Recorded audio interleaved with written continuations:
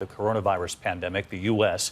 recording its worst day in nearly 7 months, nearly 158,000 new cases of COVID in just the last 24 hours. And there is late reporting from the New York Times tonight that the FDA could be trying to give final approval to the Pfizer vaccine as early as Monday.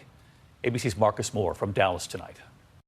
Tonight, the New York Times reporting the FDA is working to try to give full approval to the Pfizer COVID vaccine, possibly as soon as Monday, but reporting that date could slide. Authorities have indicated for some time full authorization is coming, and their hope that if and when it comes, it will encourage more Americans who are hesitant to get their first shot to help stop the Delta variant sweeping the country. It comes as hospitals across the U.S. are in crisis mode, scrambling to find beds to treat a growing crush of COVID patients who are increasingly younger and largely unvaccinated. I watched a 28-year-old previously healthy unvaccinated patient die from COVID complications.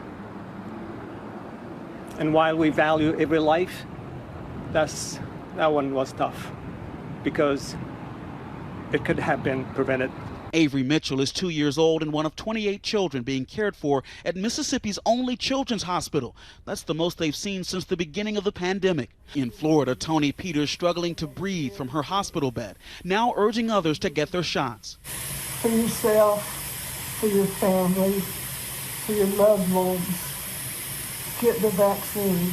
Also from Florida, this striking image of sick COVID patients lying on the floor of a state-run Regeneron clinic, waiting for monoclonal antibody treatments. Toma Dean, seen in that picture, speaking to us today. If I had chose to stand up in line, I'd have never made it to the treatment.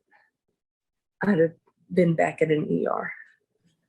So I laid on the floor until they got wheelchairs over. And across the country, Oregon now reporting a 6-fold increase in hospital patients in the last month. 18 months into this pandemic, our frontline healthcare workers that have been caring for patients every day are exhausted. And we're in a pandemic that many of us regard at this time as largely preventable.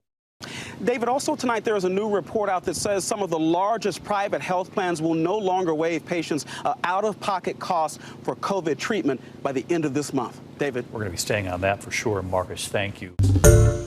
Hi, everyone. George Stephanopoulos here. Thanks for checking out the ABC News YouTube channel. If you'd like to get more videos, show highlights, and watch live event coverage, click on the right over here to subscribe to our channel. And don't forget to download the ABC News app for breaking news alerts. Thanks for watching.